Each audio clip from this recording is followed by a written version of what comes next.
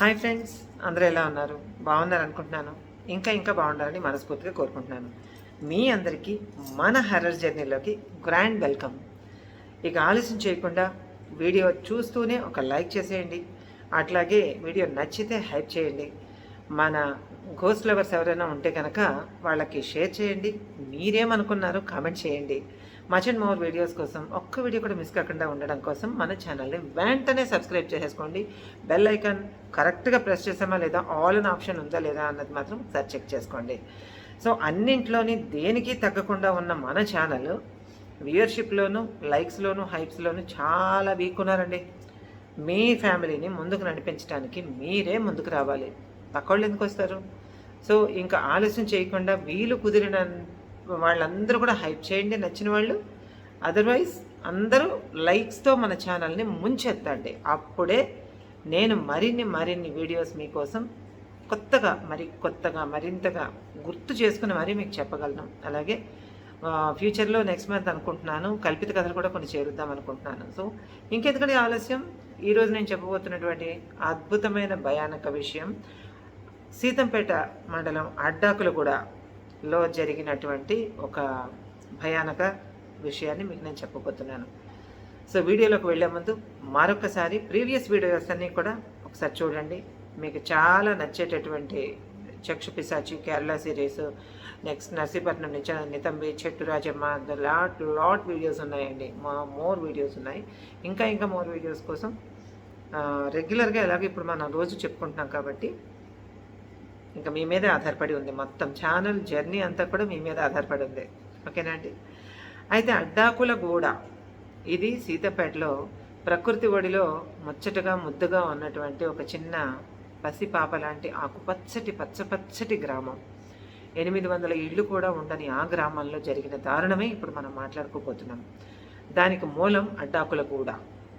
ఆ కథకు మూలం అంటే ఆ ఇన్సిడెంట్కి మూలం అడ్డాకులగూడలో ఉందండి. అయితే ఇది జరిగి 2008 సంవత్సరంలో జరిగింది ఈ సంఘటన. అయితే ఈ విషయం ఎలాగ బయటకు వచ్చింది అంటే, శ్రీకాకుళంలో మనం చేస్తున్నటువంటి ఈ కార్యక్రమాలకి తర్వాత వాళ్ళ ఇంట్లో ఏదో ప్రాబ్లం అయిందని చెప్పేసి ఇల్లు ఎలా ఉందో చూడమని, ఇంట్లో నెగటివిటీ ఎలా ఉందో చూడమని ఒక కుటుంబం నన్ను కోరడం జరిగింది. శ్రీకాకుళంలో శ్రీకూర్మం అని ఒక విలేజ్ ఉంది, మీ అందరికీ తెలుసు. అక్కడ శ్రీకూర్మనాథ స్వామి కొలువై ఉన్నాడు, చాలా పురాతన దేవాలయం. అయితే అక్కడ ఆ గ్రామంలో, శ్రీకూర్మ గ్రామంలో ఉన్నటువంటి ఒక ఫ్యామిలీ మన దగ్గరికి వచ్చి కాంటాక్ట్ అయ్యారండి. కాంటాక్ట్ అయ్యి ఒకసారి వాళ్ళ ఇంట్లో ఏమన్నా చెడుందేమో చూడమన్నారు. చూడమంటే నేను యాక్చువల్లీ వాళ్ళ దగ్గరికి వెళ్ళింది వాస్తు విజిట్ కోసం వెళ్ళానండి. వాస్తు విజిట్ కోసం వెళ్ళినప్పుడు నాకు అక్కడ ఎదురైనటువంటి సంఘటనలు, నేను ఎదుర్కొని చూసినవన్నీ కూడా నేను నోట్ చేసుకుని పెట్టుకొని వాళ్ళకి రిపోర్ట్ చెప్పాలి కదా, నెక్స్ట్ డే చెప్పాలి కదా. వాళ్ళని మన ఇంటికి రమ్మన్నాను. మన ఇంటికి రమ్మంటే వాళ్ళు వచ్చినప్పుడు నేను గమనించినవన్నీ చెప్పాను. చెప్పి వాస్తు దోషాలు అయితే చిన్న ఉన్నాయి, కానీ ఈ మాత్రం వాస్తు దోషాలకి మీరు అనుభవిస్తున్నంత కష్టాలు అయితే రావండి. దీన్ని మీరు ఇలాగా రెక్టిఫై చేసుకోవచ్చు, ఇలా చేసుకోవచ్చు అని అన్నీ చెప్పాను. అన్నీ చెప్తే వాళ్ళు సరేనండి చూస్తాము, ఒకసారి మా వాళ్ళతో కూడా మాట్లాడి మళ్ళీ మీ దగ్గర కలుస్తామని వెళ్ళిపోయిన వాళ్ళు నెక్స్ట్ డేనే నాకు ఫోన్ చేశారు. నెక్స్ట్ డే నాకు ఫోన్ చేసి, అమ్మ మీరు ఉన్నారంటే ఇవాళ వస్తాము అన్నారు. రండి, ఉన్నాను అన్నాను. అంటే వచ్చారు. వచ్చినప్పుడు వాళ్ళు చెప్పిన విషయం విని నాకైతే చాలా షాక్ తగిలిందండి. ఎందుకు అనంటే, నేను వచ్చి వాళ్ళతో మాట్లాడి, వాళ్ళు మన ఇంటికి వచ్చి మాట్లాడి వెళ్ళిన ఈ 2 days కాలంలో వాళ్ళ ఇంట్లో జరిగిన అంశాలు, వాళ్ళ ఇంట్లో ఏం జరిగింది అనేది నాకు చెప్పారు వాళ్ళు. అది వింటే మీరు కూడా ఆశ్చర్యపోతారండి. వాళ్ళ ఇంట్లో యాక్చువల్లీ నా దగ్గరకు వచ్చింది ఏంటంటే, వాళ్ళ కొడుకు కోడలు సరిగ్గా ఉండట్లేదు. కుటుంబం సరిగా అన్యోన్యంగా ఉండకపోయినా కూడా దానికి ఏదో కారణం ఉంటుంది, వాస్తులో ఏదో దోషం ఉంటుంది అని వాళ్ళు నమ్మి, అందులో ఏమైనా దోషం ఉందేమో చూపించుకోవడానికి నా దగ్గరికి వచ్చారు. నాకు చూసినంత వరకు అందులో అంత భార్యాభర్తల మొహం చూసుకోనంత దరిద్రం ఏమీ లేదు. అందులో చిన్న మార్పులు ఉన్నాయి, చెప్పేసాను, అయిపోయింది. ఇంకా ఏమిట్రా విషయం అంటే, నెక్స్ట్ డే 3వ రోజు వాళ్ళు వచ్చి చెప్పిన విషయం, వాళ్ళ కోడలు వాళ్ళ ఇంట్లో వంట చేసుకోవడం మానేసింది, తినడం మానేసింది, మంచినీళ్ళు తాగడం మానేసింది. వేరే వాళ్ళ ఇంటికెళ్ళి మా ఇంట్లో కుదరట్లేదండి. మా ఇంట్లో నేను మా వాళ్ళని నమ్మలేకపోతున్నాను. వాళ్ళు నాకు చాలా చెడు చేసేస్తున్నారు. అందువల్ల వాళ్ళు ఇచ్చేవేవి నేను తినలేకపోతున్నాను, తాగలేకపోతున్నాను. వాళ్ళు ఇస్తున్న మంచినీళ్ళు నాకు రక్తంలా కనిపిస్తున్నాయి. మా నాన్న రక్తంతో నన్ను పెంచి పెద్ద చేశారు. ఏవేవో మాట్లాడుతోందటండి. అస్సలు ఒక మాటకు ఓ మాట పొంతన లేదు. ఓ మాటకు ఓ మాటగా అర్థం లేదు. ఓ మాటకు ఓ మాటకి పోలిక లేదు. ఇంటి పరువు బజారెక్కింది కదండీ! ఏం చేయాలా? తర్వాత ఇంటికొస్తుందంట. ఎవరితోటి మాట్లాడదంట. ఏమీ చెప్పదంట. తన మటుకు తను వేరేగా ఒక గదిలోకి వెళ్ళిపోయి అందులో సామానంతా బయట పెట్టేసి అందులో ఒక చిన్న దుప్పటి కింద పరుచుకొని పడుకుంటున్నది 1 డే నుంచి. అంతలాగా చెడైపోవాల్సిన అవసరం ఏంటి? అసలు ఏమైంది ఆమెకి? అనంటే తెలీదు ఎవరికిని. వాళ్ళ హస్బెండ్‌తో మాట్లాడదు, వీళ్ళతో మాట్లాడదు, ఎవరితోటి మాట్లాడదు. మొహం ముడుచుకొని కూర్చుంటుంది. పోనీ మీ ఇంటికెళ్ళిపోతావా అని అడిగారట వీళ్ళు. అడిగితే నేను వెళ్ళను. నేనెందుకు వెళ్ళిపోవాలి? మీరే అందరూ వెళ్ళిపోవాలి. పోనీలే నిజమే కదా! ఇంటి కోడలు ఎందుకు వెళ్ళిపోద్ది అనుకుని వీళ్ళు. ఇలాగా ఒక 3 రోజులు భరించి 4గో రోజు మన దగ్గరికి రావడం, 5, 6 రోజులు అవ్వడం. ఈ వారం నుంచి ఈ స్ట్రగుల్ జరుగుతోందట. నాకు చెప్పలేదు వాళ్ళు. అయితే దీనికి వాస్తు దోషం ఉందనుకున్నారు. అది లేదు. అయితే నా దగ్గరకొచ్చి చెప్పారు. ఇలా ఉందమ్మా విషయం అనంటే నాకు కొంచెం వియర్డ్‌గా అనిపించింది. విచిత్రంగా కూడా అనిపించింది. ఇలా ఎందుకుంటుంది? అంటే ఏమన్నా గాలి, ధూళి సోకిందేమో చూసుకున్నారా అన్నాను నేను. అంటే మా ఊర్లో ఉన్న పూజారి గారు, దాసుడు గారు కూడా ఉన్నారండి. దాసుడు గారు కూడా చూశారు. మా పక్క ఊరు దాసుడు గారు కూడా చూశారు. చూసి ఏం లేదన్నారండి. ఏదో కారణం ఉందండి, వేరే ఊరు అన్నారు. చెప్పాలంటే చెప్పట్లేదండి అన్నారు. ఏంటి గందరగోళం అంతా నాకు అసలు అర్థం కాలే. అర్థం కాకపోతే ఆ అమ్మాయిని చూద్దామని చెప్పేసి ఆ రోజు నేను శ్రీకూర్మం బయలుదేరి వెళ్ళానండి. శ్రీకూర్మం బయలుదేరి వెళ్ళి నాకు ఆ రోజు ఎవరు తోడలేరు. నేను ఒకదానిగా వెళ్ళాను. ఇంకా తప్పలేదు. శ్రీకూర్మం వెళ్ళాను. శ్రీకూర్మం వెళ్ళి వాళ్ళ ఇంటికి వెళ్ళాను. వాళ్ళ ఇంటికి వెళ్తే ఆ అమ్మాయి ఉన్న ఇల్లు, ఆ అమ్మాయి ఉన్న రూము కంపు దుర్గంధం వాసన వస్తుంది. ఏదో చెడు వాసన, అమ్మోనియా, ఘాటైన అమ్మోనియా వాసన. సినిమా హాళ్ళ దగ్గర, తర్వాత రోడ్డు పక్కన రోడ్ల మీద యూరిన్ పాస్ చేసే చోట ఉండే ఘాటైన అమ్మోనియా వాసన ఉంటుంది చూడండి, అలాంటి వాసన వస్తుంది. ఏంటి అలాంటి వాసన వస్తుంది అసలు? ఏంటి సంగతి ఏంటి? ఈమె ఎవరింటికి వెళ్ళి భోజనం చేస్తోంది అని అడిగాను నేను అన్ని విషయాలు చూసిన తర్వాత. మీకు దూరమై ఎన్నాళ్ళు అయింది అంటే 1 వీక్ అయింది. ఈ 1 వీక్ నుంచి మీరు నా దగ్గరికి రాకముందు నుంచి, మీరు సఫరింగ్ స్టార్ట్ అయిన దగ్గర నుంచి, మీ అబ్బాయితో కాపురం మానేసిన దగ్గర నుంచి ఆవిడ ఎవరింటికి ఎక్కువ వెళ్తోంది అని అడిగాను. అడిగితే బుట్టలు అల్లుకునే వాళ్ళు ఒకళ్ళు ఉన్నారండి, వాళ్ళ ఇంటికి వెళ్తుంది అని. బుట్టలు అల్లుకునే వాళ్ళ స్థాయి వీళ్ళది కాదు, వీళ్ళ స్థాయి బుట్టలు అల్లుకున్నది కాదు. మరి ఈ అమ్మాయి పనిగట్టుకుని బుట్టలు అల్లుకున్న వాళ్ళ ఇంటికి వెళ్ళడం ఏంటి? అప్పుడు నాకు ఒక చిన్న మెరుపులాంటి ఆలోచన వచ్చింది. మరి అమ్మాయికి మీరు బంగారం, డబ్బు ఏమైనా ఇచ్చారా అని అడిగాను నేను. ఎందుకు ఇవ్వలేదమ్మా? ఇచ్చాము. పెళ్ళప్పుడు ఇచ్చాం. పెళ్ళయి అన్నాళ్ళు అయింది అనుకుంటున్నారు? అప్పటికి సంవత్సరం అయింది. సంవత్సరం నుంచి శుభ్రంగా ఉన్న అమ్మాయి ఈ 15 రోజులు బట్టి ఇలా ఉంది. అందులో వారం నుంచి ఎక్కువైపోయింది. కొంచెం దూరం పెట్టడం మొదలుపెట్టింది లాస్ట్ మంత్ నుంచి అని చెప్పారు వాళ్ళు. సరే, ఏవో మనస్పర్ధలు అంటూ ఉంటాయి కదా ఇల్లు అన్న తర్వాత. అత్తవారింట్లో మనస్పర్ధలు లేకుండా ఉండడానికి ఇదేమీ సినిమా కాదు కదా, ఏదో ఒకటి ఉంటాయి. సరే, ఏది ఏమైనప్పటికీ మీరు భయపడకండి, దీనికి ఏదైనా కారణం ఉండొచ్చండి, భయపడకండి, చూద్దాము అనేసాను నేను. అనేసి మీరేమైనా నగలు గట్రా అమ్మాయి ఒంటి మీద ఉన్నాయా అన్నాను. మాకెటు చూడనిస్తుందా, మాకెటు కనబడినిస్తుందా అంటున్నాడు వాళ్ళ అత్తగారు. సరే, నేను వెళ్ళినా లోపలికి అన్నాను. మరి ఆ బుట్టలు అల్లుకున్న వాళ్ళతో మీకు ఎలా పరిచయం అన్నాను నేను. అదేనమ్మా మాకు అర్థం కాకుంటుంది.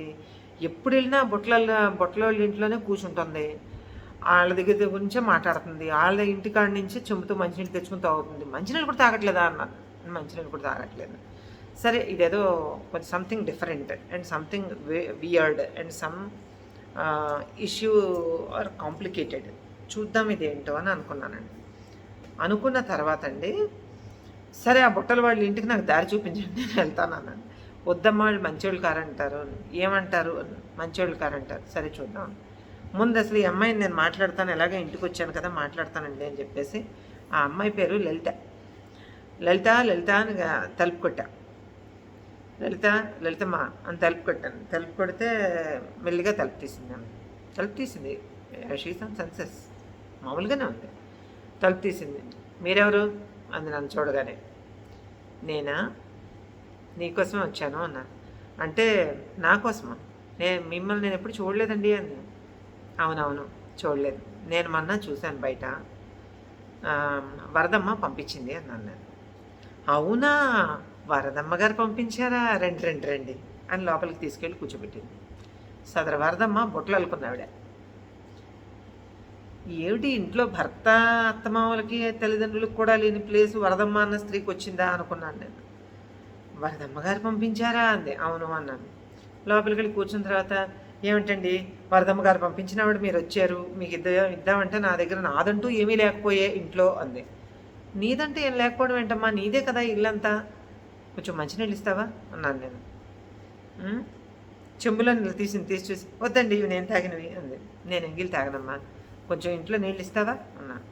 అంటే ఇది నా ఇల్లు కాదండి బాబోయ్, నా ఇల్లు కాదు అంది. నీళ్ళు కాకపోవడం ఏంటి, ఏమైందమ్మా అన్నా. వరదమ్మ గారు మొత్తం కనుక్కురమ్మన్నారా అన్నాను నేను. అని అంటే, అలా అన్నారా, ఆవిడ చాలా మంచివారండి, అలా అన్నారా అని చెప్పేసి చాలా ఫర్గా మాట్లాడుతున్నదండి ఆవిడ గురించి మాట్లాడుతుంటే, మరి వరదమ్మ గారికి ఇస్తానన్నవాడు. నేను చీకట్లో రాళ్ళు వేస్తున్నానండి అన్నీని. అంటే మీకు అర్థమవుతుంది కదా వర్డ్. అంటే చీకట్లో రాయి విసరటం అంటే జస్ట్ గెస్సింగ్ అనమాట. గెస్సింగ్ చూస్తున్నాను, అవి తగిలేస్తున్నాయి, అవి అంటే కరెక్ట్ అవుతున్నాయి. నాకు అనుమానం బలపడిన తర్వాత నేను అన్నాను, వరదమ్మ గారికి ఇది ఇస్తానన్నావు కదమ్మా నువ్వు, అది ఇస్తే నేను తీసుకెళ్తాను అని అంటే, అవునండి ఇస్తానన్నాను, ఉండండి తెస్తాను అని చెప్పి గబగబా లోపలికి వెళ్ళింది. ఏది వస్తువు ముట్టుకోకుండా లోపలికి వెళ్ళింది, అంటరాని తనంలాగా లోపలికి వెళ్ళి తన ఎక్కడో దాచుకున్న తాళాలు తీసి బీరువా తీసి బీరువాలో నుంచి ఒక 5 పేటల చంద్రహారం తీసింది, 2 7 రాళ్ల దిద్దులు, ఈ 2 తీసింది, బరువుగా ఉన్నాయి 2 తీసి కవర్లో వేసింది. ఇప్పుడు చూడండి జ్యువెలరీ షాప్కి వెళ్తే జిప్ కవర్లు ఇస్తారు కదా, అలాంటి కవర్లో వేసి ఇచ్చిందండి. వేసిచ్చి ఇది ఇచ్చేయండి ఆవిడకి అన్నది. నాకు మతి పోయింది. నాకు అలా అన్నా, ఇంతవరకు ఇచ్చినవన్నీ బాగా నచ్చాయట వరదమ్మ గారికి అన్నాను నేను. అవునా అండి, నచ్చాయా, వెండి కంచం నచ్చిందా అని దృష్టి చెప్పడం మొదలెట్టిందండి. హరి భగవంతుడా, వెండి కంచం కూడా ఇచ్చేసావా అనుకున్నాను నేను. వెండి కంచం నచ్చిందా, ముప్పల్లా అన్నది, అది కూడా నచ్చిందట. రింగులు అంది, అది కూడా నచ్చింది. మొహంలో ఒక రకమైన క్రేజీనెస్ కనపడుతున్నది, అంటే పిచ్చి అనమాట. వింతగాను కళ్ళు వింత కాంతితో మెరవటం, ఈయని ఆ నవ్వు మొహం అంతాను. అంటే ఒంటి మీద తెలివిలేని మనిషి అకస్మాత్తుగా ఎవరో ట్రాన్స్లోకి వెళ్ళిపోతే ఎలా ఉంటుందో అలా ఉంది ఆవిడ. ఇచ్చేసావా, అవునా, అర్రెర్రే భలే లలితమ్మవే నువ్వు, అది కూడా ఇచ్చేసావా, ఓకే, వాళ్ళైతే భలే హ్యాపీలే అమ్మా అన్నాను. వాళ్ళు ఏది అడిగినా అది ఇచ్చేస్తాను నేను, తెలుసా అండి, వరదమ్మ గారు అంటే నాకు అంత ఇష్టం. మరి వాళ్ళ అబ్బాయి అంటేనో అన్నాను నేను. అనేటప్పటికీ వాళ్ళ అబ్బాయి అంటేనండి, ఆయన ఎంతంటే అంతేనండి అంది. పోయినా ఆయన మొగుడు తల దేనికైనా బాదుకుంటాడేమో అనుకున్నాను నేను. అంటే నేను ఎందుకు చెప్తున్నానంటే, అలా అయిపోతారండి మనుషులు. అంతా అయిపోయిన తర్వాత, ఎప్పటి నుంచి వరదమ్మ గారు నీకు తెలుసమ్మా, అంత మహానుభావురాలు, అంత గొప్ప ఆవిడ, అంత మంచి ఆవిడ, తల్లి లాంటిది, అలాంటిది ఎప్పటి నుంచి తెలుసమ్మా నీకు అన్నా. అంటే 2 నెలల నుంచి అంది. ఓహో, ఎక్కడ పరిచయం మీది అన్నా. చెరువు కడ అంది. ఓహో, ఇన్ని మాట్లాడానండి. మాట్లాడిన తర్వాత నాకు అర్థమైపోయింది, మొత్తం అర్థమైపోయింది, సీన్ మొత్తం అర్థమైపోయింది.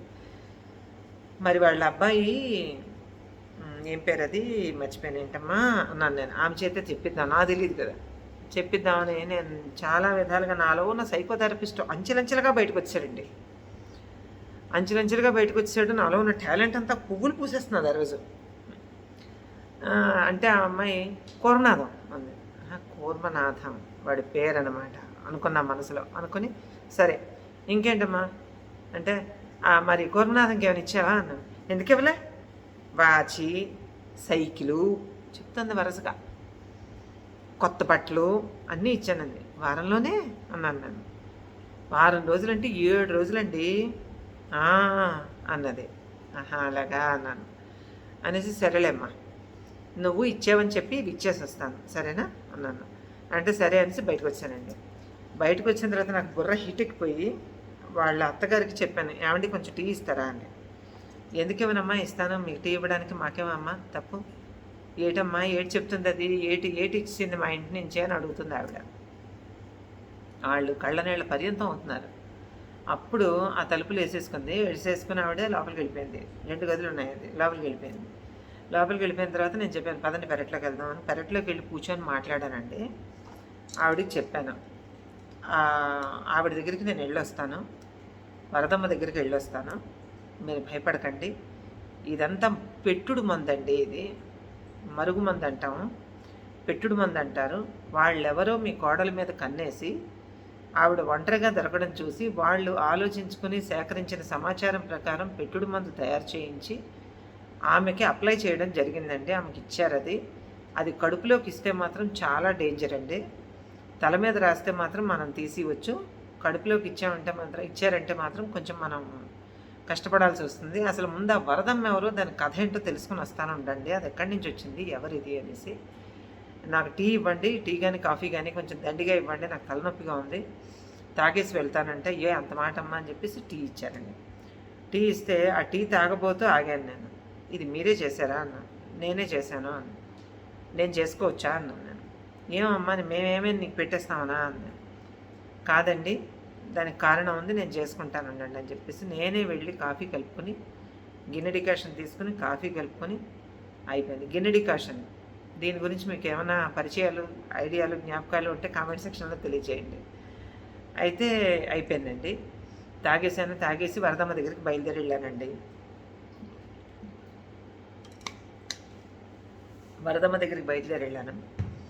వరదమ్మ దగ్గరికి బయలుదేరి వెళ్తే వాళ్ళది చిన్న ముష్టి గుడిసెండి.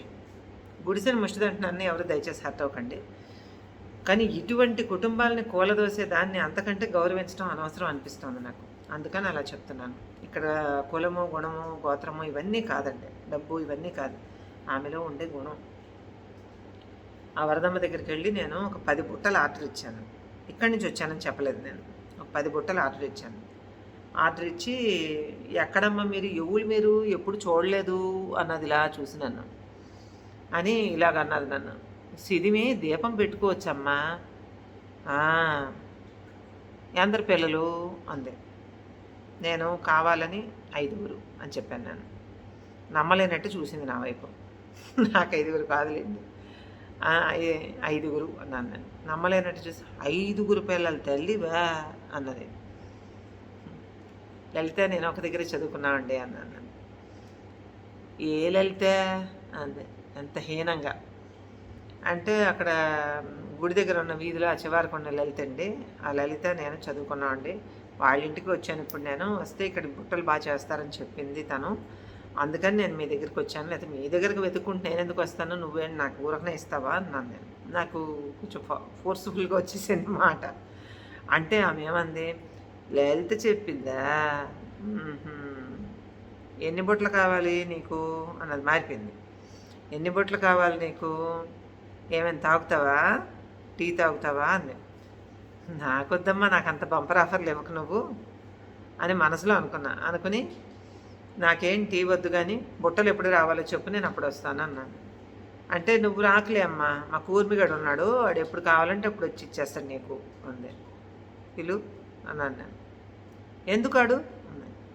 అదంతా నాకేం పనమ్మా, నేను అడ్రస్ చెప్తాను, పిలు, ప్రతిదానికి అనుమానమేంటి, ఏంటి నువ్వు వ్యాపారం చేస్తున్నావా ఇంకేమన్నానా అన్నాను నేను. లేదమ్మా తప్పు అయిపోయా అన్నది అనేసి పిలిచిందండి. పిలిస్తే వాడు వచ్చాడు. వాడు ఎలా ఉన్నాడు తెలుసండి, చింత ముద్దులాగా ఉన్నాడు, 6 అడుగులు ఎత్తున్నాడు, చింత ముద్దులాగా ఉన్నాడు, సన్నంగా ఉన్నాడు, దెయ్యంలాగా.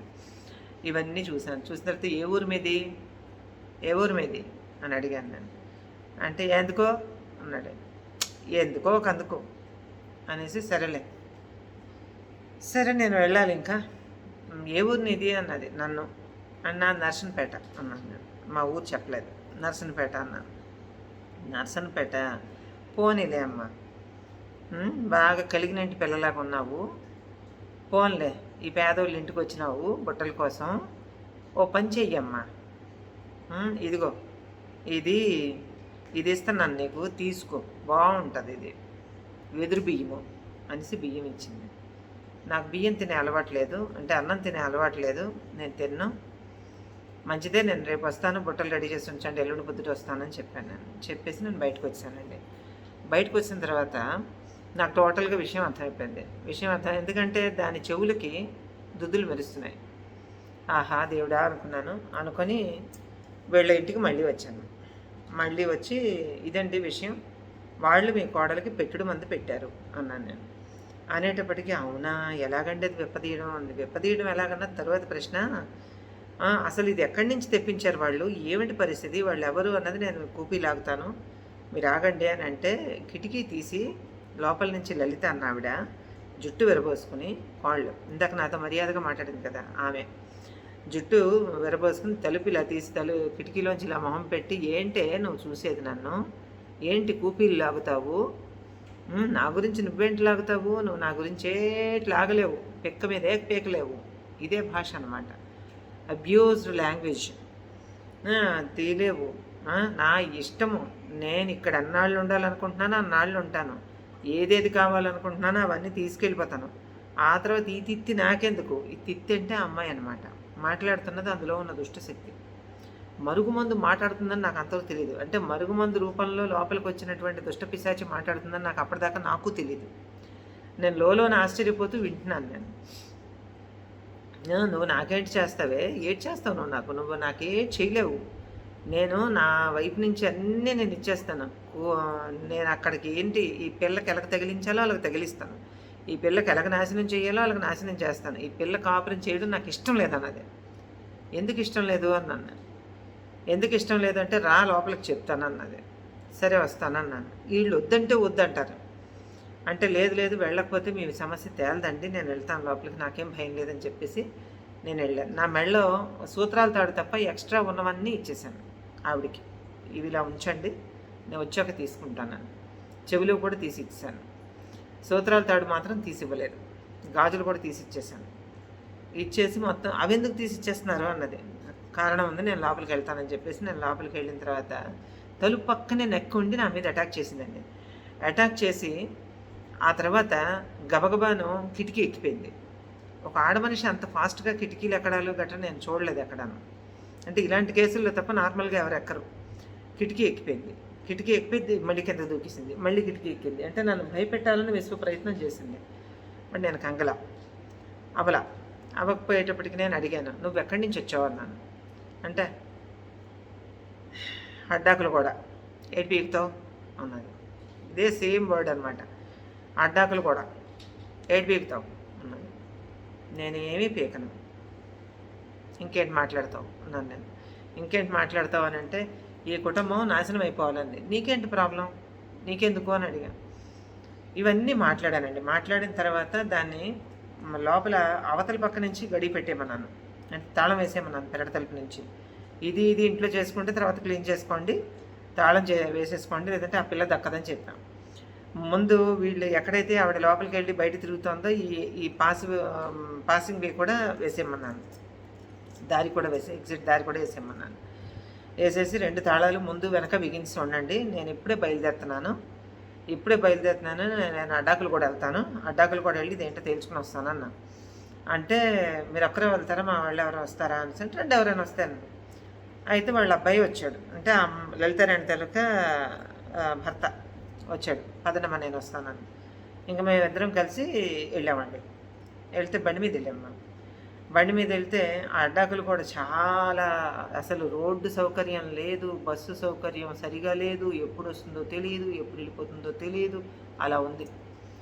అక్కడికి వెళ్ళేటప్పటికి సాయంకాలం 5 గంటలైంది. 5 గంటలైతే అవతల వెళ్ళినప్పటికీ వాడు అడిగాడు, దిగ్గానే ఆ కుర్రాడు అడిగాడు, అమ్మగారు మీరు ఎవరి దగ్గరికి వెళ్తారు, ఎలా వెళ్తారు అని అడిగాడు. పెట్టుడు మందే మనకు దారి చూపిస్తుంది పదనాయన అన్న. పదనాయన అని చెప్పి నేను అక్కడికి వెళ్ళిన తర్వాత అక్కడ గుమికూడిన ముసలోళ్ళు ఉన్నారు. ఆ ముసలోళ్ళు ఉంటే ముసలోళ్ళ దగ్గరికి వెళ్ళి, నేను శ్రీకూర్మం నుంచి వస్తున్నాను, వరదమ్మ పంపించింది అన్నాను నేను ముక్తసరిగా, 2 మాటలు అని. అంటే అందులో ఎవ్వరూ కదలలేదు, ఒక్కడు మాత్రం ఇలా కళ్ళెత్తి చూశాడు. అంటే వాడు దానికి కనెక్టెడ్ అనమాట. కనెక్టెడ్ అయితే రండి మాట్లాడాలి అన్నాను నేను. అని అంటే ఏడు మాట్లాడతావు అన్నాడు. ఏం మాట్లాడడానికి ఏం లేదు, లలితమ్మని రేపు పంపిస్తామని చెప్పారు వాళ్ళు, నువ్వెవరు అన్నాడు. నువ్వెవరు అన్నాడు, దాని అక్కన అన్నాను నేను. దాని అక్కనంటే చెల్లికంటే అక్కే బాగుంది అన్నాడు. ఏడే ఏం లేదన్నాడు. ఏం లేదంటే ఏంటి ఎందుకు వచ్చారు మీరు, అసలు మీరు ఎవరు అన్నాడు నన్ను. నేను చెప్పాను కదా వాళ్ళ పెద్దమ్మ కూతుర్ని అంటే, వాళ్ళకి మీకు పోలికలే లేవు. సర్లేండి మీరు ఏ పని మీద వచ్చారు, ఎవరు పంపారో అన్నాడు. వాడు డైరెక్ట్ పాయింట్లోకి వచ్చాడు. వచ్చేస్తే ఎవరు పంపారో నేను చెప్తాను కానీ ఒకసారి మీ ఇంటికి వెళ్దామా అన్నాడు. ఇక్కడే మాట్లాడుకుంటావా అన్న. పద ఇంటికి వెళ్దామని చెప్తే వాడి ఇంటికి తీసుకెళ్ళాడు. వాడిది ఒక సారా పాక. ఆ సారా పాక దగ్గరికి తీసుకెళ్ళి ఈడెవడు అన్నాడు ఆ పక్కన చూపించి. అని అంటే మా తమ్ముడు అన్నాడు. తమ్ముడు అంటే దానికి అక్కవి వీడికి తమ్ముడే, ఒకే కుటుంబం అందరూ అన్నాడు. అవును అన్న. అయిన తర్వాత లోపలికి వెళ్ళిన తర్వాత సడన్ నేను ఊహించలేదండి, సడన్గా నా జుట్టు పట్టుకున్నాడు. ఇలాగా కొప్పు ఇలా పట్టుకున్నాడు. ఇలా పట్టుకొని ఏటా నాటకాలు ఆడుతున్నావు, నువ్వేదో పట్టుకోవడానికి వచ్చావు నన్ను, నువ్వు నన్ను ఏం పట్టుకోగలుగుతావు, నువ్వు నన్నే చేయలేవు. తర్వాత నీకు ఇంకో ఇంత కష్టపడి వచ్చావు కాబట్టి చెప్తాను, నువ్వు ఏమీ చేయలేవు. ఈ మరుగుమంది అంటే ఏటో చూపిస్తాను నేను. తొట్టతొలి నాకు ఆ పిల్లకి ఇవ్వాలనుకున్నారు. తొట్టతొలి మా సైడ్ మాట. తొట్టతొలి నాకు ఆ పిల్లకి ఇవ్వాలనుకున్నారు. ఆ లలితకి నీకా అన్నాను నేను. నేనేమనుకుంటున్నావు, నేను విద్య నేర్చుకున్నాను ఇక్కడికి వచ్చాను, నాది ఈ ఊరు కాదు, నా శ్రీకాకుళం అన్నాడు. ఇప్పుడు అమ్మ రోజుకో న్యూస్లు తెలుస్తున్నాయి. అయితే ఉన్నాను, నువ్వు అక్కడ ఏటి కాదు, నువ్వు వాళ్ళకి ఏం అవ్వని నాకు తెలుసు, నువ్వు వాళ్ళు ఏదో విడిపించుకోవడానికి ఇది చేస్తే నువ్వేదో నాటకాలు ఆడి వచ్చినట్టు ఉన్నావు అన్నాడు. ఒరే నాటకాలు ఆడితే నేనెందుకు ఇక్కడ దూరం వస్తాను, నీ దగ్గరికి రాని పిల్లకి నువ్వెందుకు అలా ఆలోచిస్తావు, ఆల్రెడీ ఆ పిల్లకి పెళ్ళి అయిపోయి సంవత్సరం అయిపోయింది, ఇప్పుడు నువ్వు మరుగు మంది పెట్టి ఏం పీకుదాం అనుకుంటున్నావు నువ్వు, నేను గట్టిగా తీవచ్చి వాటిని పెట్టాను. నేను నాకు తెలీదు అంటే నేను అడిగాను, నువ్వు తల మీద పెట్టావా కడుపులోకి ఇచ్చావా అని అడిగానండి. కడుపులోకి ఇచ్చావా అంటే నా ఇష్టం వచ్చినట్టు ఇస్తాను, నీకు అనవసరం, పో బయటికి అన్నాడు. అంటే నేను పోతాను కానీ నువ్వు కూడా పోతావేమో జాగ్రత్త అన్నాను. నువ్వు నన్ను ఏం చేయలేవు అన్నాడు. సరే మంచిదే, అంత కాన్ఫిడెన్స్ ఉంటే మంచిదే అనుకుని ఇంటికి వచ్చానండి. నాకు తెలుసు ఈ తీగంతా లాగేసాను, డొంకంతా కదిలిపోతుందని. మరేం చేస్తాను, ఆమెను కాపాడడం నా ధర్మం అనిపించింది. వాళ్ళు నా దగ్గరికి ఎందుకు వచ్చారో అది చేయడం నా ధర్మం కదండి.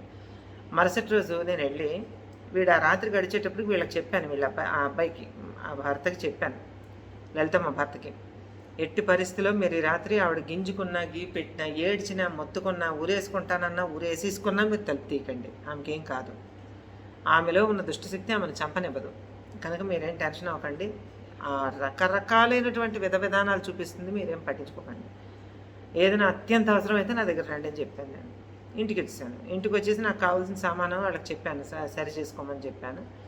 నేను తర్వాత మరొకళ్ళు ఉన్నారులేండి నాకు.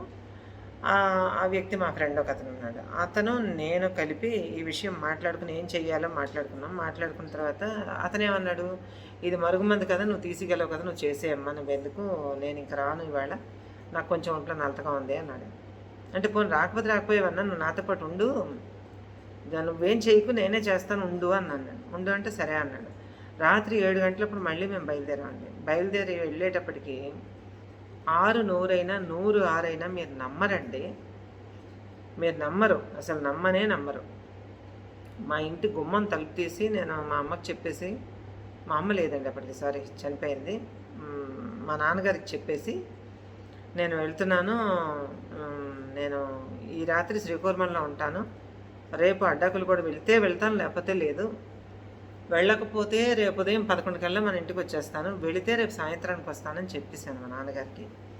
చెప్పేసి మా వారికి ఫోన్ చేసి చెప్పాను, నేను ఇలాగ వెళ్తున్నాను వర్క్ మీద అని అంటే, ఎవరున్నారు నీకు సేఫ్టీకి అని అంటే, ఉన్నారు నాకు అని చెప్పాను. కారులో వెళ్ళన్నాడు. సరే అన్నాను, అన్నీ ఓకే అయిపోయింది. అయిపోయిన తర్వాత నేను తలుపు తీశానండి సాయంకాలం 6 గంటలకి, చీకటి పడ్డాక చేయాలి. నేను శ్రీకూర్మం వెళ్ళడానికి రెడీ అవుతున్నాను. రెడీ అయ్యి బయటకు వచ్చి చెప్పులు వేసుకుని గేట్ తీసి ఇలా బయటికి రాబోతున్నాను. ఇంకా నేను బయటికి రాబోతుంటే గుమ్మం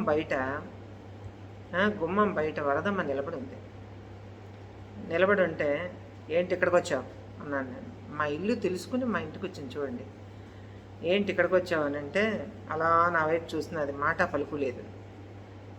మొహం మీద ఇలా అన్నాను నేను, ఏంటి ఇక్కడికి వచ్చావు అని అడిగాను. అలా చూస్తున్నాను నన్ను, అంతే, ఇంకేం స్టిల్ ఫోటోగ్రఫీ ఇలా చూస్తుంటే పా అన్నాను. ఇంకా వదిలేసి, మా నాన్నను వదిలేసి వెళ్ళడానికి నాకు భయం వేసింది. నేను వెళ్ళిపోయాక ఆయన ఏమన్నా చేస్తే, అందుకని ఎందుకు వచ్చావు ఇక్కడికి పదా అని అక్కడి నుంచి తీసుకెళ్ళిపోయే ప్రయత్నం చేశాను నేను. తీసుకెళ్ళిపోయే ప్రయత్నం చేస్తే రాలే. మాట్లాడదు, రాదు, ఉలకదు, పలకదు, అక్కడి నుంచి కదలదు. ఇది గొడవ ఒక గంట నడిచిందండి. ఒక గంట నడిచిన తర్వాత ఆమె నాతో బేరానికి వచ్చింది. నీకు నాకు తేడా లేదు, అంటే నీకు నాకు గొడవలు లేవు, నీకు నాకు స్నేహం లేదు, నేను నీకు ఆస్తి ఇవ్వక్కర్లేదు, నువ్వు నాకు ఆస్తి ఇవ్వక్కర్లేదు. అటువంటప్పుడు యువతి గురించో నువ్వు వచ్చి నువ్వు నాకు చెడ్డయ్యి నువ్వు ప్రమాదంలో పడకు అంది. నేను ప్రమాదంలో పడతానో ప్రమాదంలో పెడతానో తర్వాత విషయం. నువ్వెందుకు అసలు ఆమెను అలా చేసావు? నేను ఆమెను ఎప్పుడు బాగు చేయబోతున్నాను. నీ దిక్కున్న చోట చెప్పుకో, నువ్వు చేయగలిగింది చేసుకో అన్నాను. ఈలోపు అదేమంది, నువ్వు ఆమెను బాగు చేసే ప్రయత్నం ఏదైనా చేస్తే నీ ఇంట్లో పీనుగలు లేస్తాయి అంది. నా ఇంట్లో పీనుగలు లేవడానికి పడుకొని లేవు, పిచ్చి పిచ్చి వేషాలు వేసి ఉంటూ పళ్ళు రాలగొడతాను ఏమనుకుంటున్నావు అని నేను చెప్పవలసింది గట్టిగా చెప్పి, పదను ఇక్కడి నుంచి అని చెప్పేసి దాన్ని మా డ్రైవర్తో పాటు నా కారులో కుదేసి కూర్చోపెట్టి దాంతోపాటు నేను కూడా బయలుదేరాను. ఎందుకంటే మా నాన్నని వదలటం నాకు ఇష్టం లేదు. దానికి బయలుదేరి శ్రీకూర్మ వెళ్ళిపోయాను. 1/2 అవర్ ఎంతసేపు అండి కారులో వెళ్ళిపోయిన తర్వాత ఇంతకీ నువ్వు మనసు మార్చుకొని అంటావు అన్నది. మార్చుకోవడం లేదు, మరమరాలు లేవు, పో బయటికి అనేసి ఈ అమ్మాయి దగ్గరికి వెళ్ళానండి. ఈ అమ్మాయి దగ్గరికి వెళ్ళి నేను చేయాలనుకున్న పనికి అప్పటికి వాళ్ళు సిద్ధం చేశారు. మొత్తం సిద్ధం చేసిన తర్వాత ఆ పిల్ల రూపాయి నాణ్యాలు నోట్లో పోసుకొని కూర్చుంది. ఎంత భయానక సంఘటన చూడండి. రూపాయి నాణ్యాలు నోట్లో పోసుకొని కూర్చొని మింగేస్తానని బెదిరిస్తున్నది అందరినీ. అయితే ఈ వరదమ్మకు చెప్పాను, నేను ఉమ్మేయమని చెప్పాను. నేను ఉయ్యమన్నది, పోతే నాకేమీ అంది. ఆహా, నువ్వు ఉయ్యలేదనుకో, అంటే ఉయ్యమని చెప్పలేదనుకో, ఇక్కడ నేనేమి అన్నాం, కానీ పోలీసు వాళ్ళు మాత్రం లోపలేసి కుమ్మేస్తారు నిన్ను అని అంటే, పోలీసులు ఎందుకు నన్నేటి చేస్తారు, నేనేటే రుజువా సాక్ష్యమా అంది.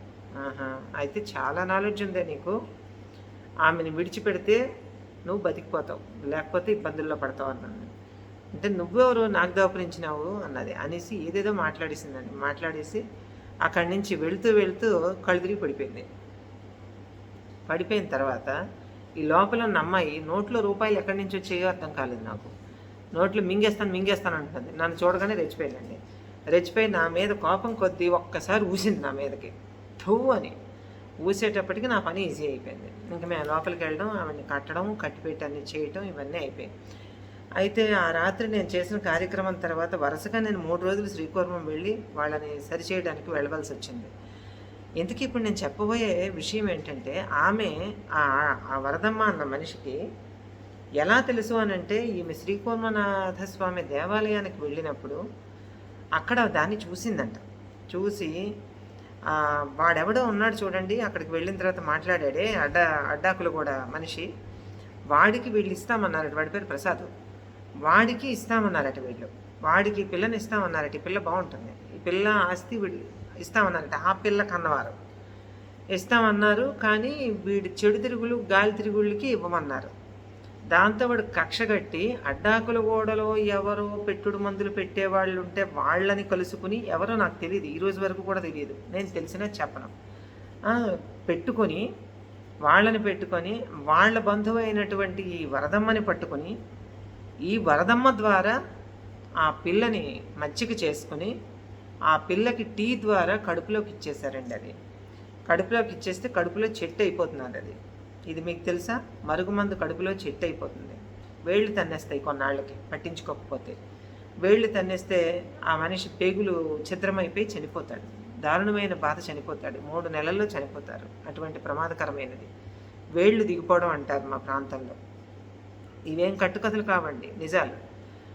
అందువల్ల ఆ వేళ్ళు దిగిపోవడం అంటారు. ఆ వేళ్ళు దిగిపోవడం అనే పరిస్థితికి రాకుండా ఉండాలి అని అంటే ఆ కడుపులో వెళ్ళిపోయింది అది, దాన్ని ఎలాగ బయటికి రప్పించడం అని నేను ఆలోచిస్తూ, నాకు తెలిసిన మరొక మనిషి దగ్గరికి వెళ్ళి, ఇతను అనేబుల్గా ఉన్నాడు కాబట్టి మరొక దగ్గరికి వెళ్ళి ఆ రాత్రి మీద 11 గంటల రాత్రి కాడ ఆ ఇంటికి వెళ్ళి, వాళ్ళ ఇంటికి వెళ్ళి ఆ మనిషిని లేపి తీసుకొచ్చి అమ్మాయిని చూపెట్టి మొత్తం విషయం అంతా ఇచ్చేసి నేను చేసిన పని అంతా చెప్పి చేస్తే, అది విరగడ చేయటానికి 2 రోజులు వాళ్ళ ఇంట్లో ఉన్నాం మేము.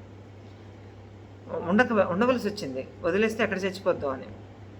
ఆ ఆ దుర్మార్గుడు ఆ ప్రసాదు అన్నవాడు నెక్స్ట్ డే బయలుదేరి వచ్చాడు ఇక్కడికి. వచ్చేసి నాకు కావాల్సిన లలితని మీరు నాకు కాకుండా చేస్తారా, అందుకే నేను దానికి అలా చేశానని చెప్పేసి పిచ్చి పిచ్చిగా మొహం నిండా రక్కేసుకుని, మొహం నిండా ఇచ్చేసేసుకుని, జుట్టు పీకేసుకుని, సారా సారా అలా తాగేసి కొంతసేపు అయిన తర్వాత గోడ కాదు ఏంటంటారు, రోడ్డు అంచుకి తల కొట్టేసుకుని స్పృహ కోల్పోయాడు రక్తస్రావంతో. తర్వాత వాడు గవర్నమెంట్ హాస్పిటల్లో పడేశారు. వాడు ఏమయ్యాడో మాకు తెలియదు, ఈ రోజు వరకు నాకు తెలియదు, నాకు అనవసరం కూడా. ఎంత ఒక మనిషిలో ఉండే చెడు ఎంత చేస్తుందో చూడండి. ఇది మరుగుమంది అంటే. ఆ పిల్లకి కనీసం ఒక 25 వాంతులు అయ్యాయండి ఈ 2 డేస్లో. లోపల పెట్టుడు మందంతా పసర రూపంలో బయటికి రావడం మొదలుపెట్టింది, ఆకుపచ్చటి ద్రవం.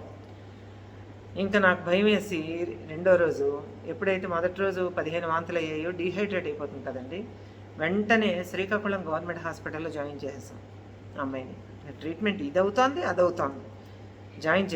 జాయిన్ చేసేసి ముందు ట్రీట్మెంట్ అవ్వాలి. ఆమెకి ఏదో పసర మందు మింగేసిందని డాక్టర్కి చెప్పి, అన్ని రకాల అన్నీ ఇబ్బంది అవుతాయి కదండి, రీడింగ్స్ మారిపోతాయి కదా, అన్నీ చేసి ఆమెకు అన్నీ సెట్ చేసి మాట్లాడి డాక్టర్ చేత ట్రీట్మెంట్ చేయించి మొత్తం అంతా వామిటింగ్ చేయించి, మామూలుగా ఆమె తిన్న పాలల్లాగా వామిటింగ్ అయినంత వరకు చేయించి, ఇంకా కడుపులో లేదు. ఇంకా ఆ పిల్లకి పేగులు కూడా వచ్చేస్తాయేమో అన్నంత బాధ కలిగింది నాకు ఆ యాతన చూసిన తర్వాత.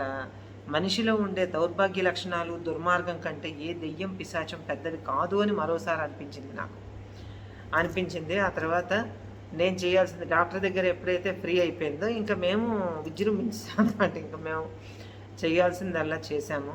ఆ రాత్రి పిశాచ బలి పెట్టి తీసుకెళ్ళి ఊరవతలు పెట్టాము, శ్రీకూర్మం ఊరవతలు పెట్టి మొత్తం అంతా సెట్ చేసి అంతా అయిన తర్వాత, మొత్తం క్లీన్ అయిన తర్వాత ఆ పిల్ల కోలుకోవడానికి 3 months పట్టిందండి. ఒకరోజు 2 రోజులు కాదు, 3 months పట్టింది. ఇలా అయిపోయింది, సన్నగా అయిపోయింది. ఎలా ఉండేది, ఎలాంటి పిల్ల అలాగైపోయిందంటే అలాగైపోయింది. 3 నెలల తర్వాత ఆ పిల్ల తిరిగి మనిషి అయిందండి. ఈలోపు జరిగిన ట్విస్ట్ ఏంటంటే, ఈ వరదమ్మకి పిచ్చి పట్టి దారిలో ఉన్న ఎండిపోయిన ఆకులు, ఎండిపోయిన తీగలు అన్నీ మెడలో వేసుకుని, ఇదిగో చంద్రహారం, ఇదిగో కాసుల పేరు అని అనుకొని గెంతుకొని తిరగటం పిచ్చిది అయిపోయింది. ఇప్పటికి కూడా నరసన్నపేట బస్ స్టాండ్లోనూ తర్వాత అక్కడక్కడ కనపడుతూ ఉండేది. ఎంతవరకు అని అంటే ఒక 7-8 ఏళ్ల కిందటి వరకు కనపడుతూ ఉండేది. తర్వాత మనకు కనపడలేదు. దాని కొడుకు ఏమయ్యాడో మాకు తెలియదు. అయితే ఇదండి కథ. ఇందులో దెయ్యం ఉందా, భూతం ఉందా, ఆ దుష్టశక్తి ఏదో ఆ మీదకి వచ్చి మాట్లాడింది, అది మాత్రమే నాకు అర్థమైంది తప్ప, నాకు అర్థమైందంతా భయంకరమైన మరుగుమందు ప్రయోగం. ఈ దుష్టశక్తి ప్రయోగం మరుగుమందు రూపంలో ఆ పిల్ల కడుపులోకి వెళ్ళిపోయి వేళ్ళు తన్ని ఆమె జీవితాన్ని బలి తీసుకోవాలనుకుంది. ఆ బలి తీసుకోవాలనుకున్న లోపు ఆస్తి అంతా రాయిపించేసుకోవాలనుకుంది. ఇవన్నీ జరగకుండా మేము అడ్డుకోవడం అనేది భగవత్ సంకల్పం అనుకోవాలి. మా గొప్ప ఏమీ లేదు ఇందులో, భగవత్ సంకల్పం అనుకోవాలి. ఆవిడకి నూకలు ఉన్నాయి అనుకోవాలి, అంతేనండి. దీనికంటే కూడా ఎప్పుడు నేను చెప్పేది ఒకటేనండి, ఇష్టపడితే ఎవరినైనా పెళ్లి చేసుకోండి, ఇష్టపడకపోతే ఊరుకోండి. మీరు ఇష్టపడిన మనిషికి మరొకళ్ళతో పెళ్ళైపోతే మీకు రాసిపెట్టి లేదనుకొని ఓర్చుకోండి. కొన్నాళ్ళకి ఆ బాధ మానుపట్టిపోతుంది. ఎంత పెద్ద బాధ అయినా కొన్నాళ్ళకి గాయం మానుపట్టిపోతుంది. అటువంటిది తల్లిదండ్రుల్ని పోగొట్టుకున్న, సొంత పిల్లల్ని పోగొట్టుకున్న ఆ బాధ కూడా కొన్నాళ్ళకి మానుపట్టిపోతుంది. అంతకంటే గొప్పదా ఇది? ఈ వ్యామోహాలు అంతకంటే గొప్పవా? అంత మాత్రం చేత ఆ పిల్లకో పిల్లోడికో మరొకళ్ళతో పెళ్ళైపోయిందని చెప్పి వాళ్ళ జీవితంలోకి వెళ్ళిపోయి వాళ్ళని నాశనం చేసేసి ఇంత కక్ష సాధించే హక్కు మనుషులుగా మనకు ఎవ్వరికీ లేదండి. అంచేత దయచేసి అటువంటి పిశాచ ప్రవృత్తి ఉంటే కనుక దాన్ని మార్చుకునే ప్రయత్నం చెయ్యాలి ఎవరైనా కానీ. అంచేత ఇంతకంటే దెయ్యాలు, భూతాలు ఎంతవరకు భయంకరం అండి? ఇటువంటి వాడికంటే ఏ దెయ్యమూ భయానకం కాదు నా దృష్టిలో, ఇదే భయానకం. కనుక ఈ వీడియో కూడా మీకు నచ్చిందని ఆశిస్తున్నాను. మీకు ఇటువంటి ఇన్సిడెంట్స్ ఏమైనా తెలిసి ఉన్నట్లయితే ఎవరెవరికి తెలుసో కామెంట్ చేయండి. అలాగే మనం మరుగుమందుల గురించి నమ్మకాలు నిజాలు శీర్షికన చాలా వీడియోస్ చేస్తున్నాము, మన ఛానల్లో ఉన్నాయి. ప్రీవియస్ వీడియోస్ ఒకసారి చూడండి. మీకు కూడా చాలా మ్యాటర్ అందులో ఇన్ఫర్మేటివ్ వీడియోస్ అవన్నీ చూడండి. ఈ వీడియో మీకు నచ్చితే తప్పకుండా ఈ వీడియో ఎక్కువ మందికి చేరవలసిన అవసరం ఉంది. ఎందుకంటే అటువంటి పైశాచిక ప్రవృత్తి ఎవరికీ మంచిది కాదు. కనుక తప్పకుండా వీడియోకి హై పాయింట్స్ ఇవ్వండి, లైక్ చేయండి, షేర్ చేయండి, కామెంట్ చేయండి మీరు ఏమనుకుంటున్నారు. అట్లాగే మచ్ అండ్ మోర్ వీడియోస్ కోసం మన ఛానల్ని సబ్స్క్రైబ్ చేసుకోవడం ఎట్టి పరిస్థితుల్లో మర్చిపోకండి, సరేనండి. సదా ఎప్పుడు కూడా మీ సపోర్ట్ని నేను ఈ రకంగా కోరుకుంటున్నాను కనుక నాకు ఈ సపోర్ట్ని అందిస్తారని మనస్ఫూర్తిగా కోరుకుంటూ మీ అందరికీ మరొక heart touching and weird and terrifying స్టోరీతో మళ్ళీ రేపే మనం కలుద్దాం. ఓకే, అంటే దెన్ మరో వీడియోతో మీ ముందుకు వచ్చేంత వరకు బాయ్ బాయ్, జై హింద్.